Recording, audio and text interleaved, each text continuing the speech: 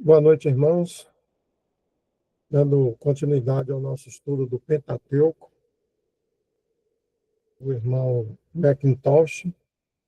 Concluímos Levíticos e vamos agora para Números. Números 1, 2, o princípio do artigo. Entramos agora no estudo da quarta grande divisão do Pentateuco, ou 5 livros de Moisés. E encontraremos a característica principal deste livro, tão fortemente marcada quanto a de qualquer um dos 3 livros que já prenderam nossa atenção. No livro de Gênesis, após o registro da criação, o dilúvio e a dispersão de Babel, temos a eleição de Deus da semente de Abraão. No livro de Êxodo, temos a redenção. Levítico nos dá adoração sacerdotal e comunhão. Em Números, temos a caminhada e a guerra do deserto. Esses são os assuntos proeminentes dessas sessões mais preciosas de inspiração, enquanto, como seria de se esperar, muitos outros pontos de profundo interesse são introduzidos colateralmente. O Senhor, em sua grande misericórdia, nos guiou através do estudo de Gênesis, Êxodo e Levítico, e podemos contar com ele com confiança para nos conduzir através do livro de Números. Que seu espírito guie os pensamentos e guie a caneta para que nenhuma frase seja escrita que não esteja em estrita conformidade com a sua mente santa. Que cada página e cada parágrafo tenham o selo de sua aprovação e sejam, ao mesmo tempo, propícios à sua glória e ao lucro permanente do leitor. E falou o Senhor a Moisés no deserto do Sinai, na tenda da congregação. Não, você subiu aí, eu me perdi. Aqui. No primeiro dia do segundo mês, no segundo ano, depois que saíram da terra do Egito, dizendo: tomai a soma de toda a congregação dos filhos de Israel, segundo as suas famílias, segundo a casa de seus pais, pelo número dos seus nomes, todo o homem, cabeça por cabeça, da idade de 20 anos para cima, todos os que em Israel podem sair à guerra. Tu e Arão os contareis segundo os seus exércitos. Número, capítulo 1, versículos 1 a 3. Só lembrando, algum irmão reunido aí à mesa, desejando fazer algum comentário, é só dar um alô aí. E eu vou fazendo uma paradazinha em cada parágrafo. Aqui nos encontramos, de uma vez, no deserto, onde somente aqueles que são capazes de sair para a guerra devem ser levados em conta. Isso é fortemente marcado.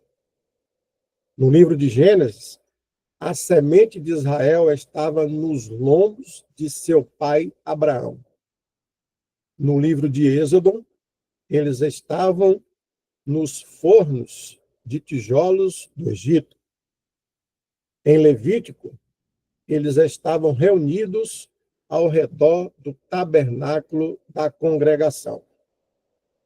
Em Números, eles são vistos no deserto. Então, novamente, em total concordância com o acima e em confirmação disso, em Gênesis, ouvimos o chamado de Deus na eleição. Em Êxodo, contemplamos o sangue do Cordeiro na redenção. Em Levítico, estamos quase inteiramente ocupados com a adoração e o serviço do santuário. Mas, assim que abrimos o livro de Números, lemos sobre homens de guerra, exércitos, estandartes, acampamentos e trombetas soando alarme. Tudo isso é altamente característico e marca o livro no qual estamos entrando para como um de interesse, valor e importância especiais para o cristão. Cada livro da Bíblia, cada seção do cânone inspirado tem seu próprio lugar e objeto. Pode subir um pouquinho aí.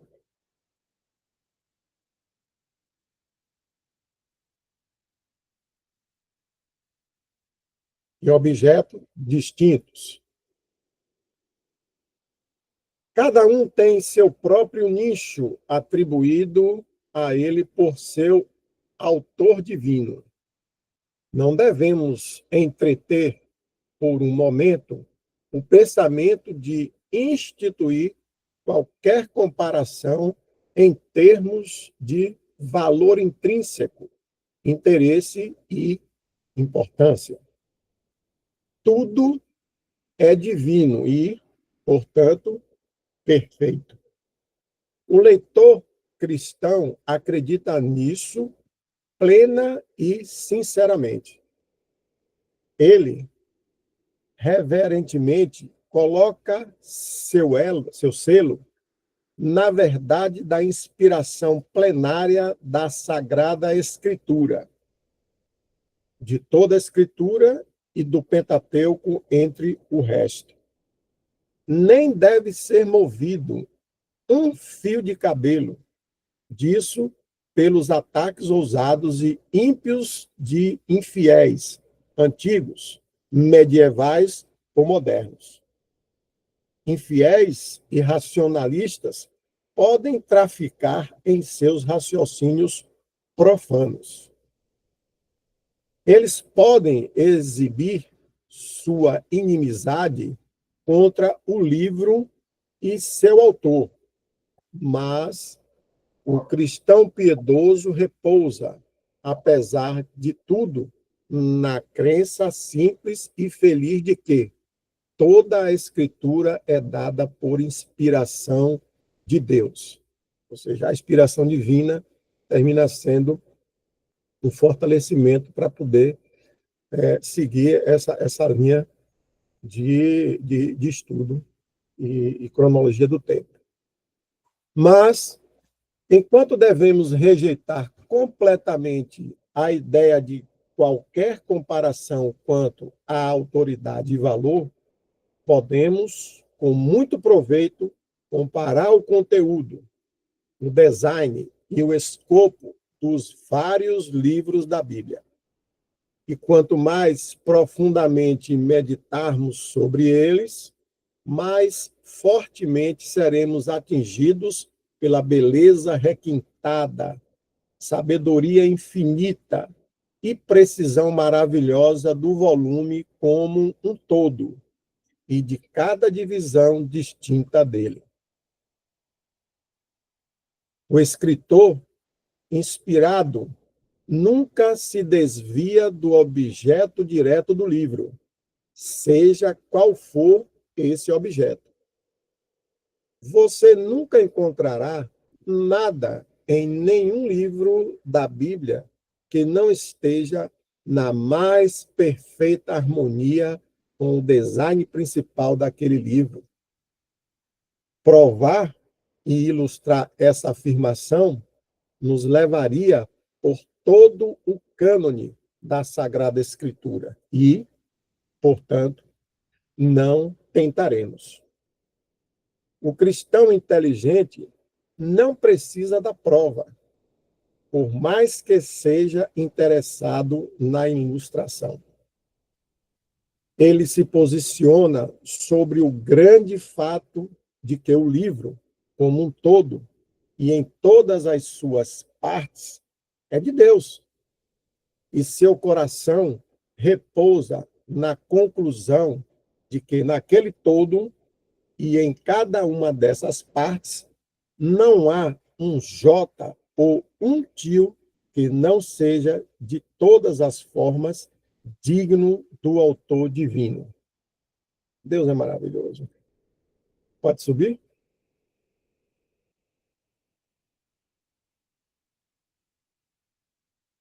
Ouça as seguintes palavras da pena de alguém que se expressa como profundamente convencido da inspiração divina das Escrituras, dada a nós por Deus e confirmado nesta convicção por descobertas diárias e crescentes de sua plenitude, profundidade e perfeição, cada vez mais sensível pela graça da admirável perfeição das partes e da maravilhosa conexão do todo.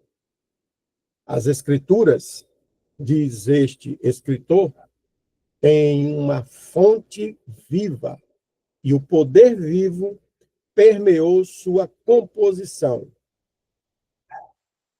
Daí sua infinidade de suporte e a impossibilidade de separar qualquer parte de sua conexão com o todo, porque um Deus é o centro vivo do qual tudo flui. Um Cristo, o centro vivo ao redor do qual toda a sua verdade circula e ao qual se refere, embora em várias glórias. E um Espírito, a seiva divina, que carrega seu poder de sua fonte em Deus para os menores ramos de toda a verdade unificadora, testificando da glória, da graça e da verdade daquele a quem Deus apresenta como o objeto e centro e a cabeça de tudo o que está em conexão com ele mesmo.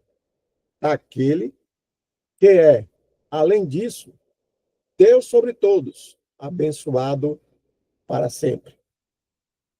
Quanto mais, começando pelas últimas folhas e ramos desta revelação da mente de Deus, pela qual fomos alcançados quando, longe dele, nós a traçamos em direção ao seu centro, e daí olhamos novamente para a sua extensão e diversidade, mais aprendemos sua infinitude e nossa própria fraqueza de apreensão.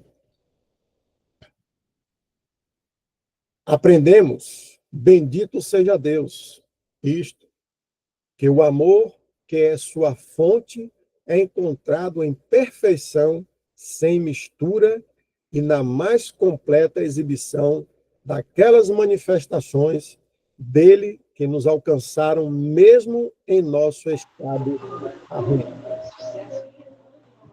O mesmo Deus perfeito de amor está em tudo isso. Mas os desdobramentos da sabedoria divina, nos conselhos em que Deus se manifestou, permanecem para nós sempre como um assunto de pesquisa, em que cada nova descoberta, ao aumentar nossa inteligência espiritual, torna a infinitude de todo e a maneira como ele ultrapassa todos os nossos pensamentos, cada vez mais clara para nós. Eu acho que tem alguém com... Tem alguém com o som aberto. Adelmo.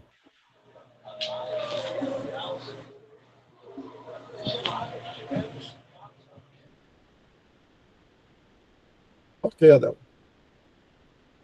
É realmente revigorante transcrever tais linhas da pena de alguém que foi um profundo estudante das Escrituras por 40 anos. Elas são de valor indivisível em um momento em que tantos estão prontos para lançar um desprezo sobre o volume sagrado. Não que sejamos, de forma alguma, dependentes do testemunho humano para formar nossas conclusões quanto à origem divina da Bíblia, na medida em que essas conclusões repousam sobre um fundamento fornecido pela própria Bíblia. A palavra de Deus, assim como sua obra, fala por si mesma, carrega suas próprias credenciais consigo, fala ao coração, alcança as grandes raízes morais do nosso ser, penetra nas câmaras mais íntimas da alma, nos mostra o que somos, fala conosco como nenhum outro livro pode falar. E, como a mulher de Sicar argumentou que Jesus deve ser o Cristo, porque ele lhe disse todas as coisas que ela fez. Então, podemos dizer, em referência à Bíblia, ela nos diz tudo o que fizemos. Não é esta a palavra de Deus? Sem dúvida. É somente pelo ensino do Espírito que podemos discernir e apreciar a evidência e as credenciais com as quais a Sagrada Escritura se apresenta diante de nós. Mas ainda assim, ela fala por si mesma e não precisa de testemunho humano para torná-la valiosa para a alma. Não deveríamos pensar em ter nossa fé na Bíblia estabelecida sobre o testemunho do homem a seu favor, mas do que deveríamos pensar em tê-la abalada por seu testemunho contra ela. É da mais alta importância possível em todos os momentos, mas mais especialmente em um momento como o presente, ter o coração e a mente estabelecidos na grande verdade da autoridade divina da Sagrada Escritura, sua inspiração plenária, sua suficiência total para todos os propósitos, para todas as pessoas, em todos os momentos. Há duas influências hostis no exterior, a saber, a infidelidade de um lado e a superstição do outro. A primeira nega que Deus tenha falado conosco em sua palavra. A última admite que ele tenha falado, mas nega que possamos entender o que ele diz, exceto pela interpretação da igreja. Agora, embora haja muitos que recuam com horror diante da impiedade e audácia da infidelidade, eles não veem que a superstição tão completamente os priva das Escrituras. Pois onde, perguntemos, está a diferença entre negar que Deus falou e negar o que podemos entender o que ele diz? Em ambos os casos, não estamos privados da palavra de Deus? Sem dúvida. Se Deus não pode me fazer entender o que ele diz, se ele não pode me dar a garantia de que é ele mesmo quem fala, eu não estou, de forma alguma, melhor do que se ele não tivesse falado. Se a palavra de Deus não é suficiente sem interpretação humana, então ela não pode ser a palavra de Deus. Aquilo que é insuficiente não é a palavra de Deus. Devemos admitir uma de duas coisas a saber: que Deus não falou de forma alguma, ou, se ele falou, sua palavra é perfeita. Não há terreno neutro em referência a esta questão. Deus nos deu uma revelação? A infidelidade diz não. A superstição diz sim, mas você não pode entendê-la sem autoridade humana. Assim, em um caso, bem como no outro, somos privados do tesouro inestimável da preciosa palavra de Deus. E assim, também, a infidelidade e a superstição, embora aparentemente tão diferentes, se encontram no mesmo ponto de nos privar de uma revelação divina. Mas, bendito seja Deus, ele nos deu uma revelação. Ele falou, e sua palavra é capaz de alcançar o coração e o entendimento também. Deus é capaz de dar a certeza de que é ele quem fala, e não queremos nenhuma autoridade humana intervindo. Não queremos uma pobre luz de junco para nos permitir ver que o sol está brilhando. Os raios daquele luminar glorioso são o bastante sem qualquer adição tão miserável. Tudo o que queremos é ficar sob o sol e seremos convencidos de que o sol brilha. Se nos retirarmos para uma abóbada ou para um túnel, não sentiremos sua influência. E assim é com relação às Escrituras.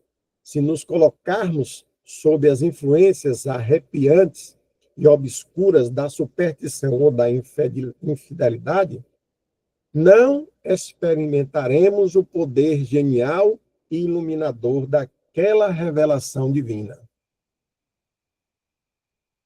Tendo dito isso sobre o volume divino como um todo, prosseguiremos agora para considerar o conteúdo da sessão que está aberta diante de nós.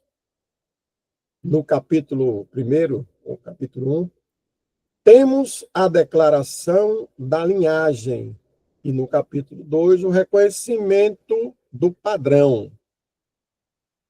E Moisés e Arão tomaram estes homens que são expressos pelos seus nomes e reuniram toda a congregação no primeiro dia do segundo mês e declararam as suas linhagens segundo as suas famílias, pela casa de seus pais, de acordo com o número dos nomes de 20 anos para cima, pelas suas cabeças. Como o Senhor ordenara a Moisés, assim os contou no deserto do Sinai. Números, capítulo 1, 17 a 19, os versos. Isto tem alguma voz para nós? Transmite alguma grande lição espiritual ao nosso entendimento? Certamente que sim. Em primeiro lugar, sugere esta importante questão ao leitor: posso declarar minha linhagem? É muito temível que existam centenas, se não milhares, de cristãos professos que são totalmente incompetentes para fazê-lo. Eles não podem dizer com clareza e decisão: agora somos filhos de Deus. 1 João, capítulo 3, verso 2. Todos vós sois filhos de Deus pela fé em Cristo Jesus. E se sois de Cristo, então sois descendência de Abraão e herdeiros conforme a promessa. Gálatas, capítulo 3, versículos 26 e 29. Porque todos os que são guiados pelo Espírito de Deus, esses são filhos de Deus. O próprio Espírito testifica com o nosso espírito que somos filhos de Deus. Romanos, capítulo 8, versos 14, 16. Esta é a linhagem do cristão e é seu privilégio poder declará-la. Ele nasce do alto, nasce de novo, nasce da água e do Espírito, isto é, pela palavra e pelo Espírito Santo. Compare diligentemente as seguintes passagens. João, capítulo 3, verso 5. Tiago, capítulo 1, verso 18. 1 Pedro, capítulo 1, verso 23. E Efésios, capítulo 5, verso 26.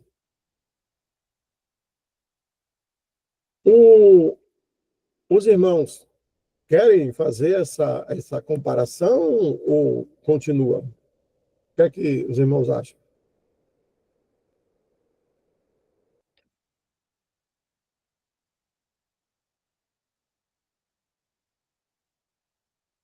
Vou continuar. O crente traça a sua linhagem diretamente até um Cristo ressuscitado em glória. Esta é a genealogia cristã. No que diz respeito à nossa linhagem natural, se a traçarmos até sua fonte e então a declararmos honestamente, devemos ver e admitir que somos oriundos de um estoque arruinado. A nossa é uma família caída. Nossas fortunas se foram. Nosso próprio sangue foi atingido. Estamos irremediavelmente arruinados. Nunca poderemos recuperar nossa posição original, nosso antigo status e a herança que pertencia a ele estão irrevogavelmente perdidos. Um homem pode ser capaz de traçar sua linhagem genealógica através de uma raça de nobres, príncipes ou reis, mas se ele deve declarar sua linhagem completamente, ele não pode parar antes de uma cabeça caída, arruinada e rejeitada. Devemos chegar à fonte de uma coisa para saber o que ela realmente é. É assim que Deus olha e julga as coisas. E devemos pensar como ele, se quisermos pensar corretamente. Seu julgamento de homens e coisas deve ser dominante para sempre. O julgamento do homem é apenas efêmero, dura apenas um dia e, portanto, de acordo com a estimativa da fé, a estimativa do senso comum é uma coisa pequena de ser julgada pelo dia do homem. Está lá. 1 Coríntios, capítulo 4, verso 3. Oh, quão pequeno! Oxalá sentíssemos mais profundamente quão pequena é ser julgado pelo julgamento do homem, ou, como diz a margem, pelo dia do homem. Oxalá andássemos habitualmente no sentido real da pequenez disso, isso nos daria uma elevação calma e uma dignidade sagrada que nos elevaria acima da influência da cena pela qual estamos passando. O que é posição nesta vida? Que importância pode ser atribuída a uma linhagem que, se honestamente traçada e fielmente declarada, é derivada de um estoque arruinado?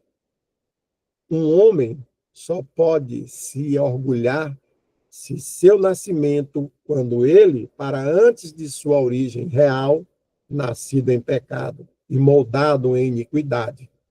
Tal é a origem do homem, tal é seu nascimento.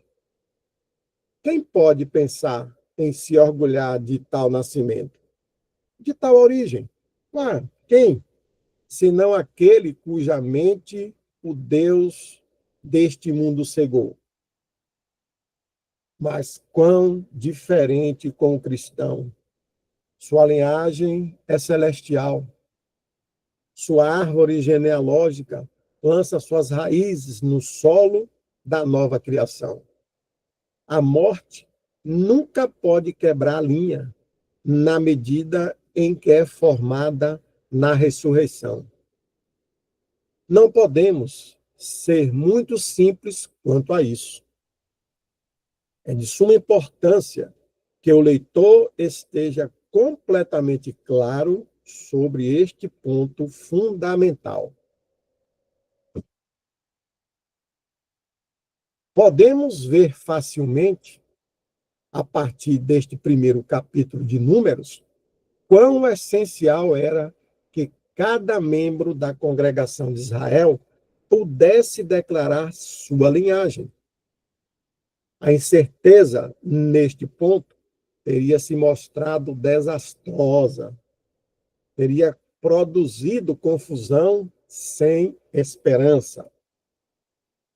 Dificilmente podemos imaginar um israelita, quando chamado a declarar sua linhagem, expressando-se da maneira duvidosa adotada por muitos cristãos hoje em dia. Não podemos conceber que ele diga: bem, não tenho muita certeza.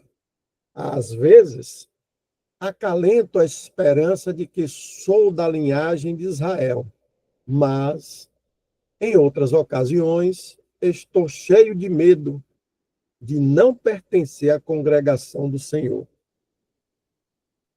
Estou todo em incerteza e escuridão. Podemos conceber tal linguagem? Certamente que não. Muito menos poderíamos imaginar alguém mantendo a noção monstruosa de que ninguém poderia ter certeza se era um verdadeiro israelita ou não até o dia do julgamento. Todas essas ideias e raciocínios, todas essas dúvidas, medos e perguntas, podemos ter certeza, eram estranhos à mente do israelita. Cada membro da congregação era chamado para declarar sua linhagem antes de tomar seu lugar nas fileiras como um homem de guerra. Cada um era capaz de dizer, como Saul de Tarso, circuncidado ao 8º dia da linhagem de Israel, e assim por diante. Tudo estava resolvido e claro. E necessariamente, assim, se houvesse qualquer entrada real na caminhada e na guerra do deserto. Agora, não podemos legitimamente perguntar se um judeu pode ter certeza quanto à sua linhagem. Por que um cristão não pode ter certeza quanto à sua? Leitor, pondere esta questão. E se você é uma daquela grande classe de pessoas que nunca são capazes de chegar à certeza abençoada de sua linhagem celestial, seu nascimento espiritual, pare, nós lhe imploramos e deixe-nos raciocinar com você sobre este ponto importante. Pode ser que você esteja disposto a perguntar: como posso ter certeza de que sou real e verdadeiramente filho de Deus, um membro de Cristo, nascido da palavra e do Espírito de Deus? Eu daria mundos, se fossem meus, para ter certeza quanto a esta questão tão importante. Bem, então, desejaríamos sinceramente ajudá-lo neste assunto.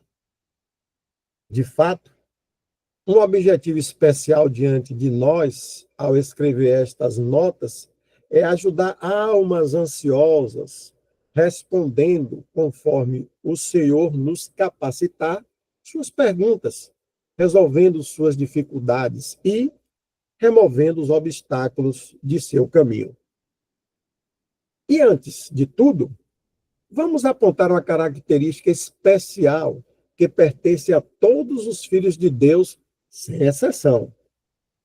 É uma característica muito simples, mas muito abençoada. Se não a possuímos, em algum grau, é mais que certo que não somos da raça celestial. Mas se a possuímos, é igualmente certo que somos e podemos, portanto, sem qualquer dificuldade ou reserva, declarar nossa linhagem.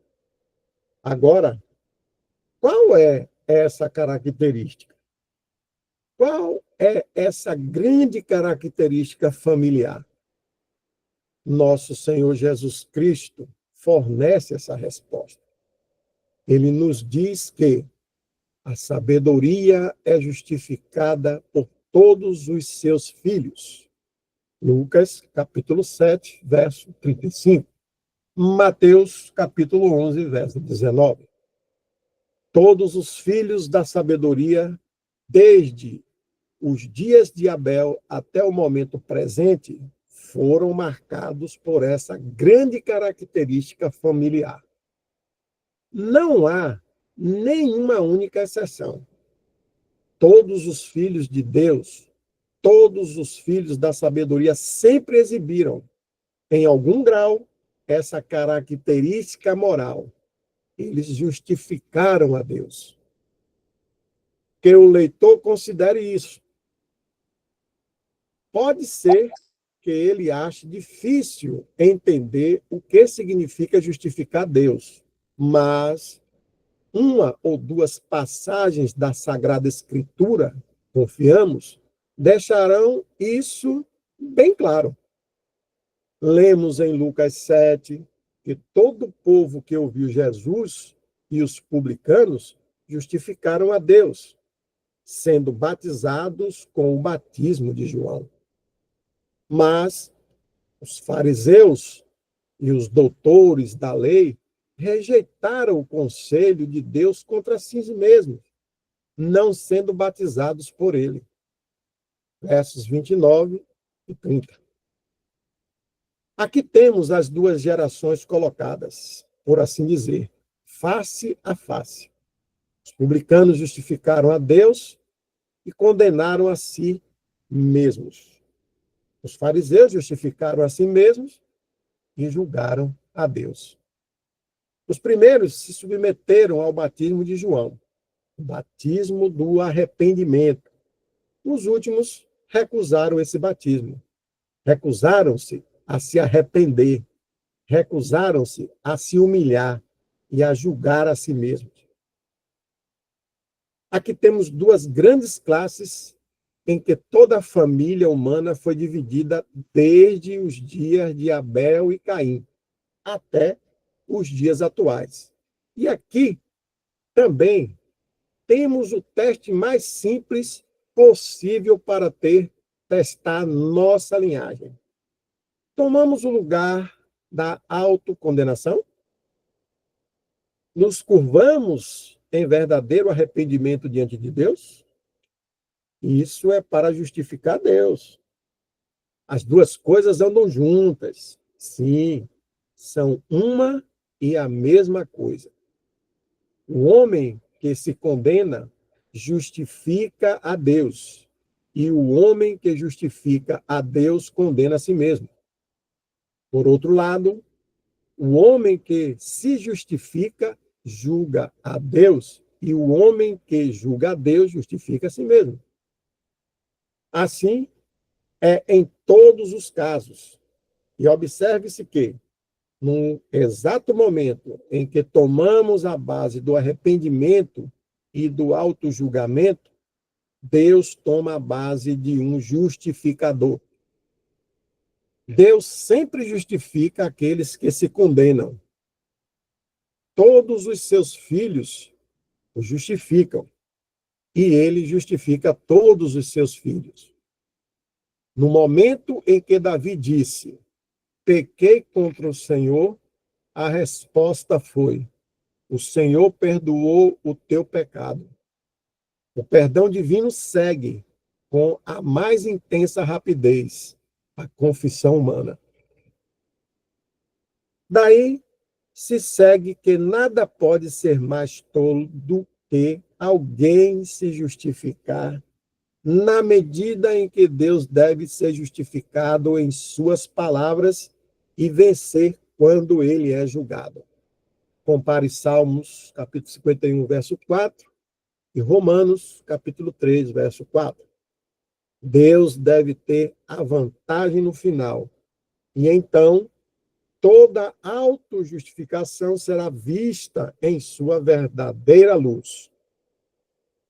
A coisa mais sábia, portanto, é condenar nós mesmos. É assim que todos os filhos da sabedoria fazem. Nada é mais característico dos verdadeiros membros da família da sabedoria do que o hábito e o espírito de autojulgamento. Considerando que, por outro lado, nada marca tanto todos aqueles que não são desta família quanto um espírito de autojustificação. Essas coisas são dignas de nossa mais sincera atenção. A natureza culpará tudo e qualquer coisa, qualquer um e todos, menos a si mesma. Mas, onde a graça está em ação, há sempre uma prontidão para julgar a si mesmo e tomar um lugar humilde. Este é o verdadeiro segredo da bênção e da paz. Todos os filhos de Deus pisaram neste solo abençoado, exibiram esta adorável característica moral e alcançaram este grande resultado. Não podemos encontrar nem uma única exceção em toda a história da família feliz da sabedoria. E podemos dizer com segurança que, se o leitor fosse levado, na verdade e na realidade, a reconhecer-se perdido, a condenar-se, a tomar o lugar do verdadeiro arrependimento, então ele é, de fato, um dos filhos da sabedoria e pode, portanto, com ousadia e decisão, declarar sua linhagem. Gostaríamos de insistir neste ponto desde o início. É impossível para qualquer um reconhecer e se reunir em torno do padrão adequado, a menos que ele possa declarar sua linhagem. Em suma, é impossível assumir uma posição verdadeira no deserto enquanto houver alguma incerteza quanto a esta grande questão. Como um israelita antigo poderia ter tomado seu lugar na Assembleia? Como ele poderia ter permanecido nas fileiras? Como ele poderia esperar fazer algum progresso pelo deserto se ele não pudesse declarar distintamente sua linhagem? Impossível. Assim é com os cristãos agora. Progresso na vida no deserto, sucesso na guerra espiritual. Está fora de questão se houver alguma incerteza quanto à linhagem espiritual. Devemos ser capazes de dizer: sabemos que passamos da morte para a vida. Sabemos que somos de Deus. Cremos e temos certeza, antes que possa haver qualquer avanço real na vida e no andar de um cristão. Leitor, você pode declarar sua linhagem? Este é um ponto completamente resolvido com você? Você está claro quanto a isso nas profundezas de sua alma? Quando você está sozinho com Deus, é uma questão perfeitamente resolvida entre você e Ele? Procure e veja. Certifique-se de trabalhar nisso. Não atrapalhe o assunto. Não construa sobre mera profissão. Não diga: eu sou um membro de tal igreja. Eu recebo a ceia do Senhor. Eu sustento tais e tais doutrinas. Eu fui criado religiosamente. Eu vivo uma vida moral. Eu não fiz mal a ninguém. Eu leio a Bíblia e faço minhas orações. Eu tenho culto familiar em minha casa. Eu dou amplamente na causa da filantropia e religião. Tudo isso pode ser perfeitamente verdadeiro para você. E ainda assim, você pode não ter um único pulso de vida divina, um único raio de luz divina. Nenhuma dessas coisas, nem todas elas juntas, poderiam ser aceitas como uma declaração de linhagem espiritual. Deve haver o testemunho do Espírito de que você é um filho de Deus. E esse testemunho sempre acompanha a fé simples no Senhor Jesus Cristo. Aquele que crê no Filho de Deus tem em si mesmo o testemunho. 1 João, capítulo 5, versículo 10. Não é, de forma alguma, uma questão de olhar para o seu próprio coração em busca de evidências. Não é uma construção sobre molduras, sentimentos e experiências. Nada disso. É uma fé infantil em Cristo. É ter vida eterna no Filho de Deus. É o registro imperecível do Espírito Santo. É aceitar a palavra de Deus. Em verdade vos digo que quem ouve a minha palavra e crê naquele que me enviou tem a vida eterna e não entrará em juízo. Mas passou da morte para a vida. Está em João, capítulo 5, versículo 24.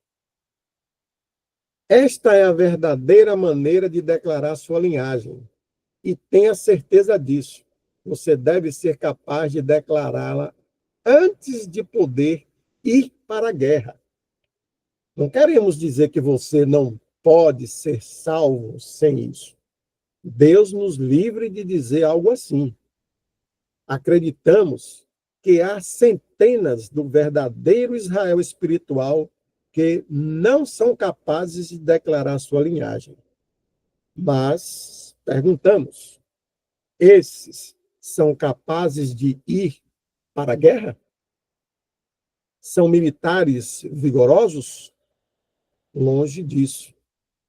Eles nem sabem o que é um verdadeiro conflito. Pelo contrário, pessoas dessa classe confundem suas dúvidas e medos, suas estações escuras e nubladas um verdadeiro conflito cristão. Este é um erro muito sério, mas, infelizmente, muito comum. Encontramos continuamente uma condição de alma baixa, obscura e ilegal, defendida com base no conflito cristão, enquanto, de acordo com o Novo Testamento, o verdadeiro conflito ou guerra cristã é travado em uma região onde dúvidas e medos são desconhecidos. É quando estamos na clara luz do dia da salvação plena de Deus, salvação em um Cristo ressuscitado, que realmente entramos na guerra que é própria de nós como cristãos. Devemos supor, por um momento, que nossas lutas legais, nossa descrença culpável, nossa recusa em nos submeter à justiça de Deus, nossos questionamentos e raciocínios podem ser vistos como conflito cristão? De forma alguma. Todas essas coisas devem ser consideradas como conflito com Deus, enquanto o conflito cristão é travado com Satanás. Não lutamos contra a carne e o sangue, mas sim contra os principados, contra as potestades, contra os príncipes das trevas deste século, contra as forças espirituais do mal nas regiões celestiais. Efésios capítulo 6, verso 12. Este é um conflito cristão, mas tal conflito pode ser travado por aqueles que estão continuamente duvidando se são cristãos ou não? Não acreditamos nisso. Poderíamos imaginar um israelita em conflito com Alameque no deserto, ou com os cananeus na terra da promessa, enquanto ainda é incapaz de declarar sua linhagem ou reconhecer seu padrão. A coisa é inconcebível. Não, não. Cada membro da congregação que era capaz de ir para a guerra estava perfeitamente esclarecido e estabelecido quanto a esses dois pontos. De fato, ele não poderia ir se não fosse assim. Enquanto estamos no importante assunto do conflito cristão, pode ser bom chamar a atenção do leitor para as 3 porções das Escrituras do Novo Testamento, nas quais temos 3 personagens distintos de conflito apresentados. A saber, primeiro, Romanos, capítulo 7, versos 7 a 24. Gálatas, capítulo 5, verso 17. Efésios, capítulo 10 a 17. Se o leitor se voltar por um momento para as escrituras acima, buscaremos apontar o verdadeiro caráter de cada uma. Primeira, no caso de Romanos. Em Romanos, capítulo 7, versos 7 a 24, temos a luta de uma alma vivificada, mas não emancipada. Uma alma regenerada sob a lei. A prova de que temos diante de nós aqui uma alma vivificada é encontrada em declarações como estas: o que eu faço, não o permito. Querer estar presente em mim. Tenho prazer na lei de Deus, segundo o homem interior. Ninguém, a não ser uma alma regenerada, poderia falar assim. A rejeição do errado, a vontade de fazer o certo, o deleite interior na lei de Deus, todas essas, as marcas, todas são as marcas, subiu demais aí, distintas da nova vida. Os frutos preciosos da regeneração. Nenhuma pessoa não convertida poderia usar verdadeiramente tal linhagem. Mas, por outro lado, as provas que temos diante de nós nesta escritura, uma alma não totalmente emancipada, não na alegria da libertação conhecida, não na plena consciência da vitória, não na posse garantida do poder espiritual, as provas claras de tudo isso temos em declarações como as seguintes: sou carnal, vendido sob o pecado. O que eu quero, não faço, mas o que aborreço, isso faço. Miserável homem que sou, quem me livrará? Agora, sabemos que um cristão não é vendido sob o pecado, mas redimido de seu poder. Ele não é um homem miserável, suspirando por libertação, mas um homem feliz, que se sabe liberto. Ele não é um escravo impotente, incapaz de fazer a coisa certa e sempre compelido a fazer o errado. Ele é um homem livre, dotado de poder no Espírito Santo e capaz de dizer: posso todas as coisas em Cristo que me fortalece. Filipenses 4. Não podemos aqui tentar entrar em uma exposição completa desta escritura mais importante. Oferecemos apenas uma ou duas sugestões que podem ajudar o leitor a compreender seu escopo e importância. Estamos plenamente cientes de que muitos cristãos diferem amplamente quanto à interpretação deste capítulo. Alguns negam que ele apresente os exercícios de uma alma vivificada. Outros sustentam que ele apresenta as experiências próprias de um cristão. Não podemos aceitar nenhuma das conclusões. Acreditamos que ele exibe a nossa visão dos exercícios de uma alma verdadeiramente regenerada, mas de uma alma não libertada pelo conhecimento de sua união com um Cristo ressuscitado e o poder do Espírito Santo. Centenas de cristãos, estão realmente no 7º de Romanos, mas seu lugar apropriado é no 8º. Eles estão, quanto à sua experiência, sob a lei. Eles não se conhecem como selados pelo Espírito Santo. Eles não estão de posse da vitória completa em Cristo ressuscitado e glorificado. Eles têm dúvidas e medos e estão sempre dispostos a clamar: miserável homem que sou, quem me livrará? Mas um cristão não é liberto? Ele não é salvo? Ele não é aceito no amado? Ele não é selado por aquele Espírito Santo da promessa? Ele não está unido a Cristo? Ele não deveria saber desfrutar e confessar tudo isso? Sem dúvida.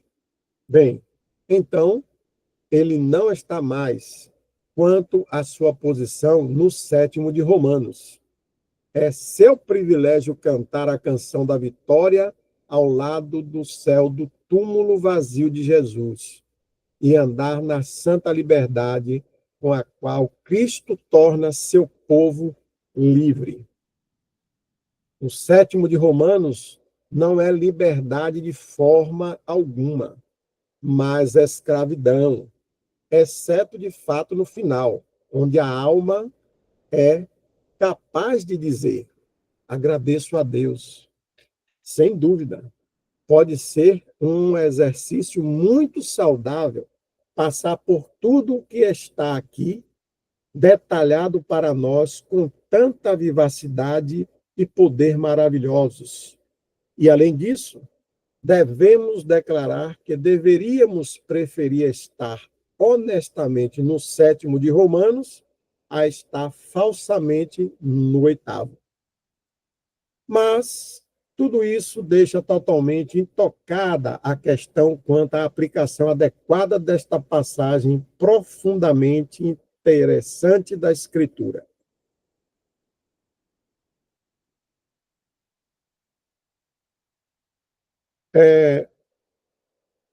Vai continuar em razão do horário, porque eu acho que ainda tem uma continuação do texto aqui embaixo.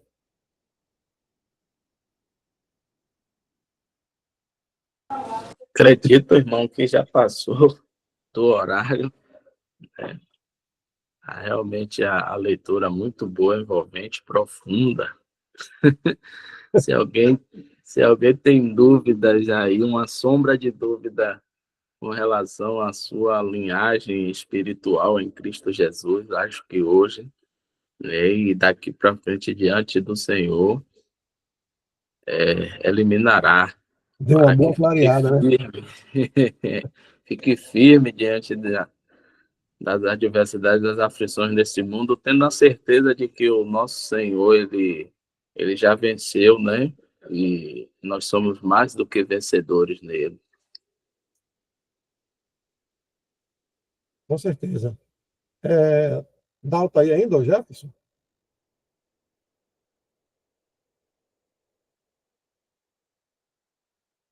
Se for continuar, tem que subir o texto, né? Se não for, a gente pode marcar aí e podemos dar continuidade outro momento, se assim Deus permitir. Acredito que vai entrar em um outro tópico aí, e aí a gente marca aonde parou para continuarmos na semana que vem. Ah, não, né? Não, eu Vai acho que ainda tem aparecer. aqui, né? Ainda tem aí, né? Tem. Eu estou cá embaixo, já aqui interessante da Escritura. Mas a gente marca essa parte aqui, porque, na verdade, o horário é até as 9, né? É, Pra gente não ficar lendo muito, até porque também cansa, né? Porque foi o acordo que os irmãos fizeram, para descansar quem estiver lendo e quem estiver também ouvindo. Aí na próxima, a gente tenta ver um parágrafo que pare até 9 horas, porque parece que esse texto de Mackintosh, ele é corrido, né? Não é dividido como a gente estava lendo antes. Então, ele vai até o capítulo 2 falando várias coisas assim, de número. isso. Eu vou marcar aqui onde a gente parou e colocar lá no grupo, na referência. Ok. Agora, muito bom, viu? Excelente exposição.